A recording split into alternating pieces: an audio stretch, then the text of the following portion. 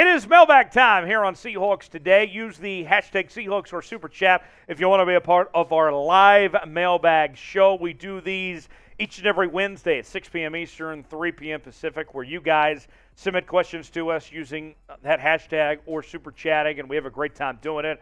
And you may be wondering, why should I subscribe? Well, you can be a part of these live shows. Turn on those notifications. Anytime we have an update here on the channel, we're going to tell you about it. Go to your settings app, scroll down, tap YouTube, tap notifications, turn on allow notifications so you never miss a moment of the happenings with your favorite team. It's covered right here on Seahawks Today. Greg's writes, is there any world where the Seahawks could trade for Aaron Rodgers? I believe it was several months ago. We were talking on this channel. Colin Cowherd was saying that it was his greatest take ever, the idea of the Seahawks trading for none other than Aaron Rodgers. And I got to tell you, Aaron Rodgers, I like Aaron Rodgers still. I think he's still got some good football left. I mean, what was it? He's won 2 of the last 3 MVPs, and what is it, 3 or 4 in his career now? Aaron Rodgers is still a great quarterback in this league. With that said, whoever gets Aaron Rodgers is going to have to give up a lot for a quarterback that's already talking about retirement. He's used the R word, retirement, recently. So, no, I mean, I'm not interested in trading for Aaron Rodgers because that's a short-term solution. If you're the Seahawks, you have a young team. You're thinking about long-term things. Aaron Rodgers is not what you're looking for a long-term solution. He's a short-term fix. He's a Band-Aid.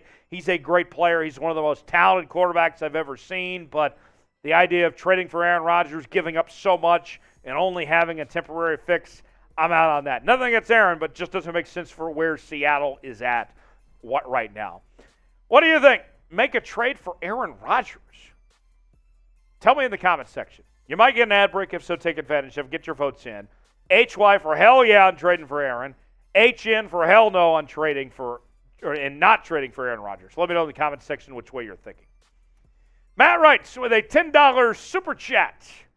Do you like Joey Porter Jr. for the Seahawks at 20th? Take a shot, too. I'll pay that off on our live show, I promise. But as far as a Joey Porter Jr. goes, yeah, I like Joey Porter Jr. a lot.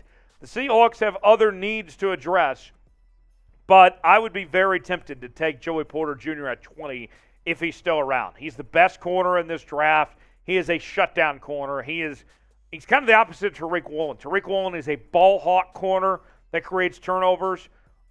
Joey Porter Jr., he's not going to get you a whole lot of turnovers, but he's not going to give up a whole lot of big plays. That could be a nice combination between the two potentially. I like Joey Porter Jr., Matt. That's a good take there. Geno for Hall of Fame. Wow. What's the most we can pay Geno and still win a Super Bowl? So it's very interesting because we have seen, when you looked across the National Football League of the recent Super Bowl champions, for the most part, they haven't been the teams that have been paying a lot of money to their quarterbacks. We've seen teams win Super Bowls with quarterbacks on rookie deals for the most part. With that said, as far as winning a Super Bowl goes, I think with Geno Smith, remember there is only so far you can get with his talent. As I think it comes down to a comfortability level. I don't think I feel comfortable paying Geno Smith any more than $35 million and still be feeling good about what I do with the rest of the roster and the potential for the rest of the roster. Once it gets into the 40, the 45 million range, then things get dicey and you have to make changes.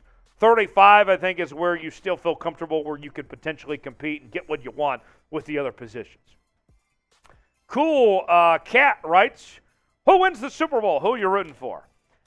I think the Eagles win the Super Bowl. I think it's going to be a very good game between Kansas City and Philadelphia. I think the Eagles win 34-31 is my official Super Bowl prediction. The over hits. I am rooting for Kansas City, though. How can you not like Patrick Mahomes? He's the most talented quarterback I've ever seen. Travis Kelce is just incredible. That fan base in Kansas City is unbelievable. I mean, they deserve this. And I'll be rooting hard for Kansas City. I don't want to see the Eagles win. I'm going with Kansas City. Who you got? Get your bets in. Tell me in the comments section. KC for the Chiefs. PHI for Philadelphia. Get your bets in. Chatsports.com/bet. Promo code Seahawks125 for a 125% deposit bonus. Put $100 down. You get $125 to spend for free. It's a great deal. Chatsports.com/bet. Promo code Seahawks125. You can even bet on what color the Gatorade bath is going to be. Blue, yellow, green, orange, red, pink, or clear. Blue's the favorite, plus 125. Yellow, green, plus 200. Orange, plus 250. Red, pink, plus 500. Clear at plus 700. When the Seahawks won the Super Bowl, the color was orange. Something to think about. And people get this idea of what's probably going to be the team color. Well, you can see right there, the Seahawks don't wear any orange. So that might be the value bet here, is putting your money on the orange Gatorade for the bath, as neither team, neither the Chiefs or the Eagles wear orange. So that would be the bet I place. Look for the orange there, as Pete Carroll got on that Gatorade bath years ago. What's the shot of us getting Buckner, DeForest Buckner, who I believe is going to be a free agent this offseason? We'll see. I think he's going to be heavily desired. There's going to be a lot of teams interested in Buckner this offseason. The Seahawks do have limitations when it comes to cap space of how much they can spend, but you'd love to have him. He's a terrific football player. We'll see. Good says, could we add Keenan Allen? I mean, you could, but I'll say this. Keenan Allen is a little bit older now, and he's missed a lot of football games. I mean, you could add Keenan Allen, but I don't necessarily want to because he's an aging receiver that you can't necessarily depend on at this point. I mean, you could, but I don't necessarily think you would want to add Keenan Allen right now. Matt with a $5 super chat writes in, I'm pulling for KC. I don't like the Eagles, so let's go Chiefs. I agree. Let's go Chiefs. Let's see a Chiefs win. Let's see them get it done. Matt, I'm there with you. We'll see how things work out, but should be a very entertaining game. I think the Eagles are the more talented team, but the Chiefs have the better quarterback and the better tight end. Something's got to give. Should be a lot of fun. John writes in, should we sign a vet swing tackle to help develop Cross and Lucas? And if yes, who? No, I don't think it's up to – think about this, John, okay? You're not signing backups to develop starters. That's not how that works because Cross and Lucas are going to start, okay?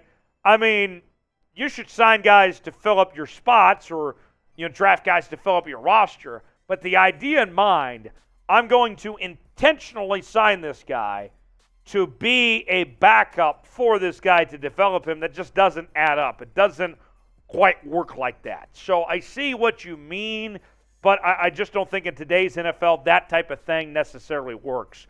I don't think that happens there. Still flying. Will Drew Lock be back next year?